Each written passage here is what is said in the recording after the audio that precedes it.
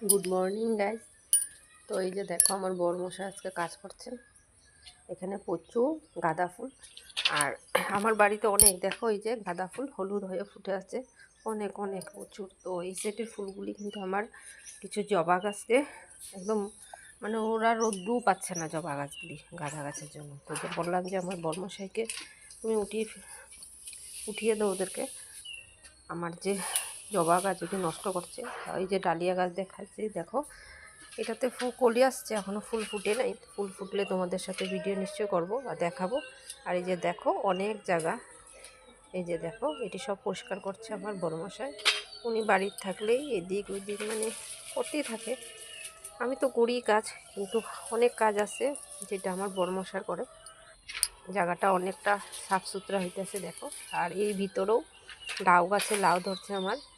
তো জায়গাটা ধুন্দুল গাছে অনেক অনেক জঙ্গল হয়ে গেছে, যার জন্য ধুন্দুল গাছটা কেটে দিলাম।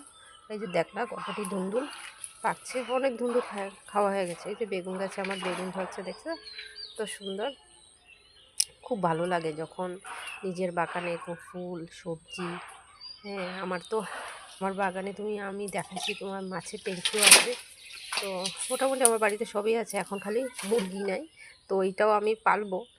মুরগির ঘর যখন বানাবো তোমাদের সাথে শেয়ার করব। আজকের মতন এতটুকুই, টাটা।